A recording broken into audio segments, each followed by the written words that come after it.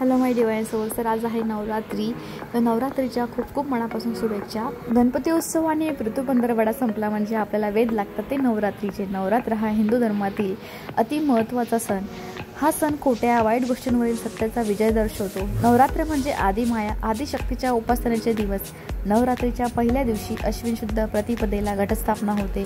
या काळात भक्तिभावाने देवीची पूजा केली जाते. नवदुर्गा कोण आहेत? नवदुर्गा म्हणजे देवी दुर्गेचे 9 रूप, ज्यांची नवरात्रीत आपण पूजा करतो. या 9 रूपांमध्ये शैलपुत्री, ब्रह्मचारिणी, चंद्रघंटा, कुष्मांडा, स्कंदमाता, कात्यायनी, कालरात्री, महागौरी आणि सिद्धिदात्री यांचा समावेश होतो.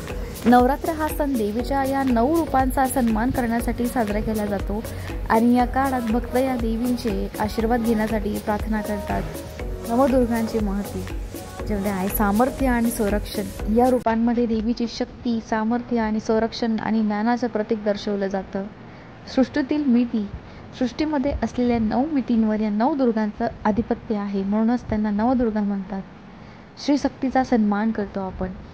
नवरात्र हा सण स्त्रीशक्तीचा आणि दैवी स्त्री तत्वाचा आदर करण्यासाठी साजरा केला जातो. नॉट ओन्ली पर्टिक्युलर फक्त नवरात्रीसाठी, तर हे आपण कायमस्वरूपी करायला हवं. वाईटांवर चांगल्याचा विजय.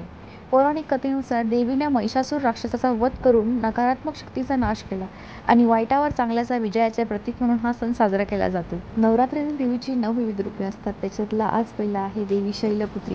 नवरात्रीच्या पहिल्या दिवशी देवीच्या शैलपुत्री रूपाचे पूजन केले जाते. पर्वतांचे राजा हिमालय यांच्या घरी दुर्गा देवीचा जन्म घेतला आणि शैलीची कन्या झाल्या, म्हणून या देवीला शैलपुत्री असे म्हणतात.